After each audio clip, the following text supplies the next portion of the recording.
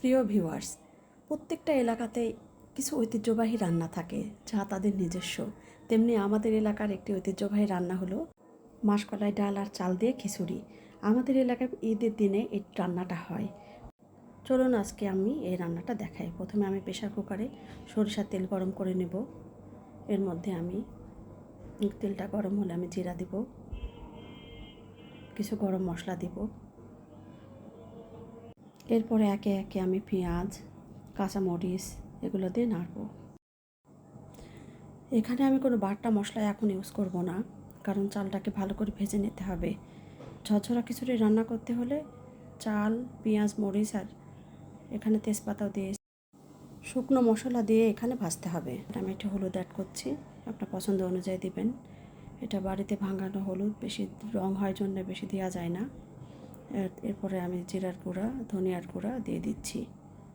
দিয়ে এখন চালটাকে আমি সুন্দর করে ভেজে নেব। ভাজতে ভাজতে যখন ঝরঝরা হয়ে যাবে তখন আপনারা নিজেরা বুঝতে পারবেন। এখনও কিন্তু আমি লবণ দেইনি, কারণ এখন আমি একটু মরিচের গুঁড়া দিয়ে দিচ্ছি, কারণ বেশি দিব না, বাচ্চা আছে বাসায় খেতে পারবে না। এরপরে আমি আর একটু জিরার গুঁড়া দিয়ে দিছি, এটা দেখানো হয়নি। এখন আমি আদা বাটা দিচ্ছি। এরপরে আমি ভালো করে খিচুড়ির চালটা ভেজে নেব। একদম ঝরঝরা করে ভাজতে হবে।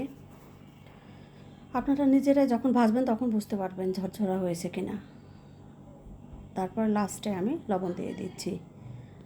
লাস্টে লবণ দেওয়ার কারণ যাতে চালের মধ্যে ভেজা ভেজা ভাবটা আর না থাকে, ঝরঝরা হয়ে যায়। আমার ভাজা প্রায় শেষ।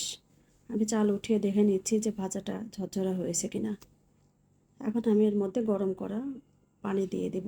এটা পরিমাণ মতো পানি দেব, কারণ প্রেশার কুকারে সবাই আপনারা জানেন 4 আঙ্গুলের মতো ওপরে ফাঁকা থাকতে হয়।